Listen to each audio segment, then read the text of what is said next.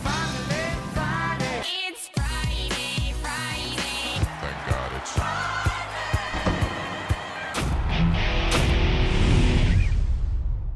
All right, welcome back to the Friday Show. I'm Scott Jagow along with Ray Pollock. We're presented this week by the Match Series, which resumes June 1st at Penn National.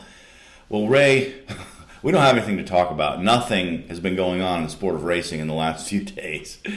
Actually, we're going to break it down into 5 questions about what happened in the Kentucky Derby.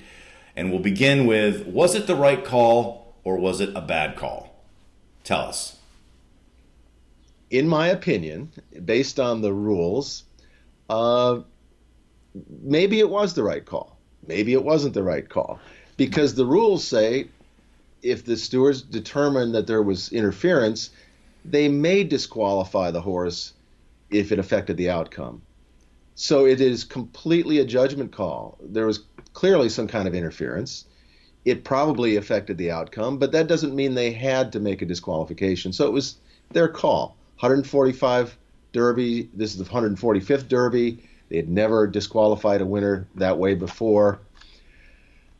I think when you look at all of the evidence, that it was the right call. Yes. I will agree with you that it was the right call in terms of safety, because as we've talked about the last few months, I mean, the fatalities at Santa Anita, the context around which this happened, Maximum Security's foul was pretty egregious. He came out several paths, and it appeared, and I know some people are arguing it started earlier with War of Will or something like that, but they were looking at the winner and what he did, what the horse did, and he did come out quite a bit and bother several horses. And I know it had to be an excruciatingly difficult call to make. That's why it took 22 minutes. But in the end, with all the context that we've had around safety lately, I think the stewards almost had to make this call, or all that talk we've had in the last few months is just bunk. We had a poll online to show you how divisive this is. 14,000 votes, 51.6% right call, 48.4% wrong call. That's the photo finish in terms of polling. It's anybody that says I know for a fact or I know with certainty it was the right or wrong call, that's BS. Yeah. It was a tough call. It was. All right. So the second question we have is, should the rules be changed? There's something called Category 1 in terms of determining interference throughout most jurisdictions in the world. We have Category 2, and the difference is that Category 1 is, would the horse that finished behind the impeding horse have won the race? If not, no foul. But Category 2 is, did the offending horse cost the other horse an opportunity for a better placing, which is why this call could be made. Yeah, we've kind of talked about this before. We can't even agree on simple things in horse racing. The rules for disqualification vary from one state to another, and if we say yes, we should move to Category 1, that's easy to say, but how are you going to get 25 or 30 states to all agree to the same thing? I have a hard time seeing how this is going to happen. Should it happen? Yeah, I think so. But even if you had Category 1, could you clearly say that War of Will would not have won the race had he not had to check out of there so severely and then expend some energy to it? We don't really know. The stewards have to handicap how the horses would have placed, whether it affected the outcome, their best placing, or whether or not they could have won. And it's still a tough call. Yeah, if you go to Category 1, and I like that standard. I mean, I think that's a fairer standard. It's probably a better one that might lead to more consistency from the stewards in their decision making. But it's still subjective. I could definitely make the argument that War of Will would have won that race if Maximum Security hadn't impeded him. So would the steward, what would they do under the Category 1 rule? They might have still taken the horse down, and now would they have placed him 17th, which the rules as they are now for horse racing allow you to place it behind the horse that was offended. So in this case, War of Will and Long Range Toddy, who finished 16th. So that's why Maximum Security ended up in 17th. That doesn't look right. I mean, that just doesn't seem right. He was the best horse in the race, and he's 17th. That's kind of dumb. Yeah, I don't know. Again, we're so dysfunctional in this industry. we can't agree on very much, and this is a good standard. And maybe if you started in the major racing states, maybe the rest of the country will adapt it. But this was a tough call, no matter what standards you apply. I do want to point out, all these people that are saying the horse got robbed. This stuff happens in sports all the time. Just look back a few months ago, the NFC Championship game, Saints-Rams. The Saints got absolutely hosed on a no-call pass interference. It was egregious, and the referees totally missed it. Well, out of that came, and the money changed hands in that situation too, between Saints bettors and Rams bettors, Saints owners and Rams owners. Here, money changed hands between Maximum Securities owners and Country House and the bettors, etc.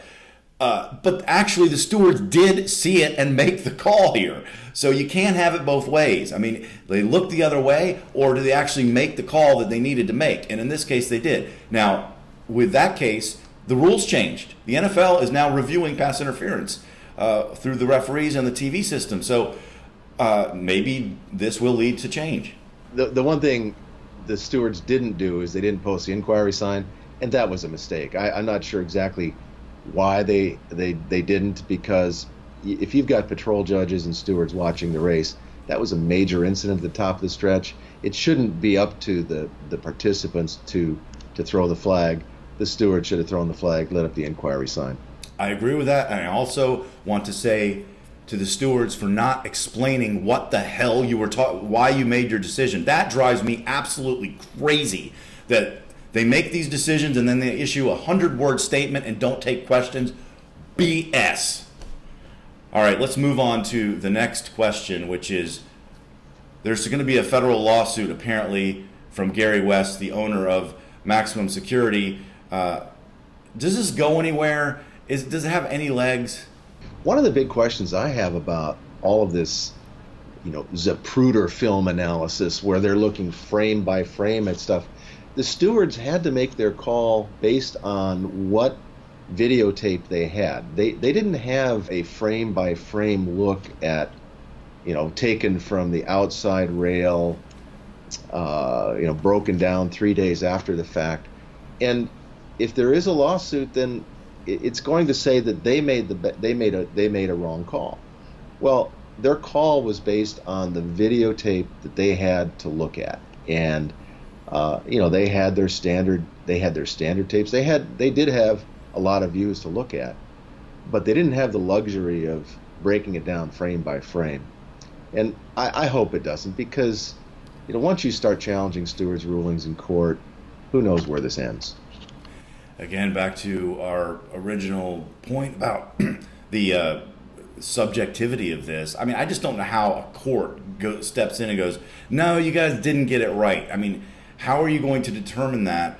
They took a long time by reviewing standards to make the call.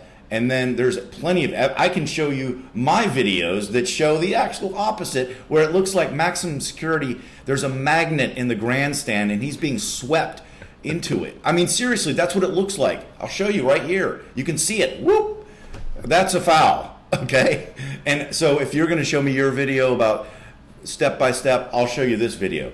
I mean, we could go on and on. I just don't think it's going to be fruitful in the end.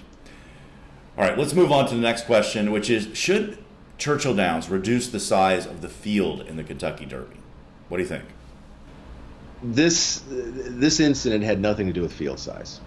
There are problems with field size in the Kentucky Derby, but in my opinion, Churchill Downs has to do one of two things. Either reduce the field size or get a single starting gate that can hold all 20 horses, because the real problem usually happens at the start, when the horses that are in the auxiliary gate break to the inside, because that's just the way the gate seems to be pointed.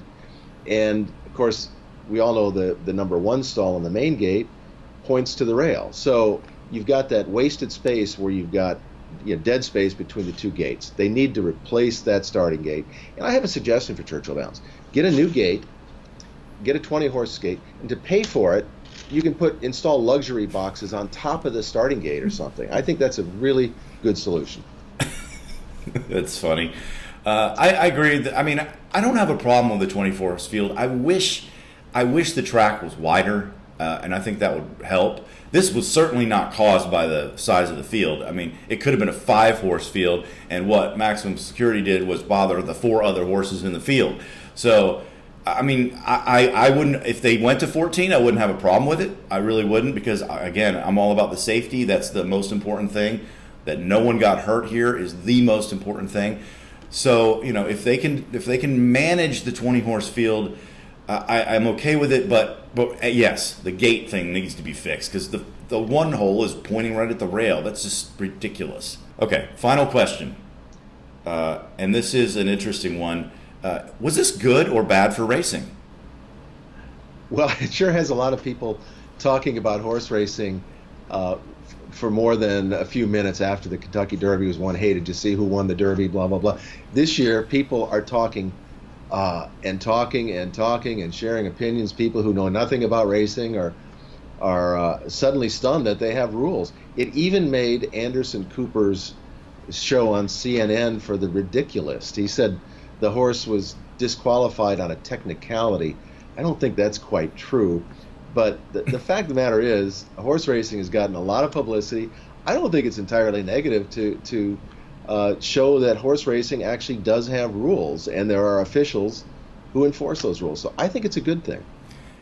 I agree. I mean, I was actually on a Fox TV show this week talking about this with Maria Bartiromo. So that's just an example of, I'm sure they have probably never talked about horse racing on that show or a lot of these other shows that we're talking about it. And some of the commenting is negative, like it's an embarrassment to the sport and whatever. I didn't see it that way at all. The only thing that mattered was no one got hurt. So outside of that, to me, it's all good. It's all good publicity, because people love controversy. It was a controversy. Like I said, it happens in sports all the time.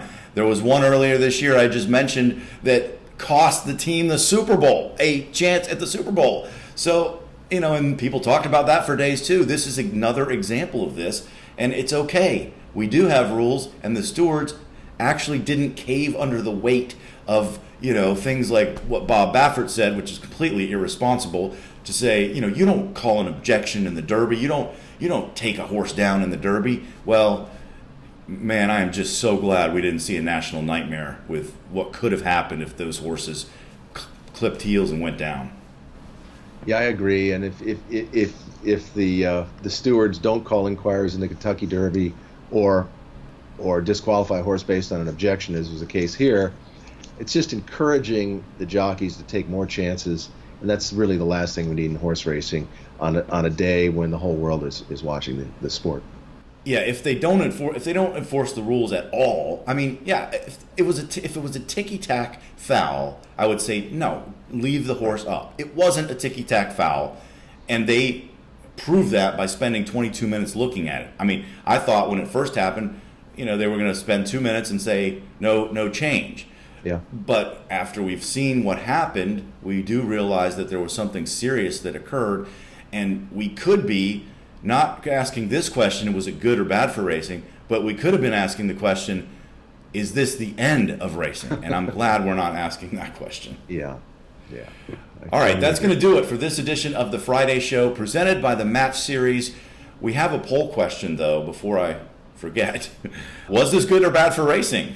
Share your thoughts. Let us know your opinion at PollockReport.com. Thanks so much for joining us, and we'll talk to you next time.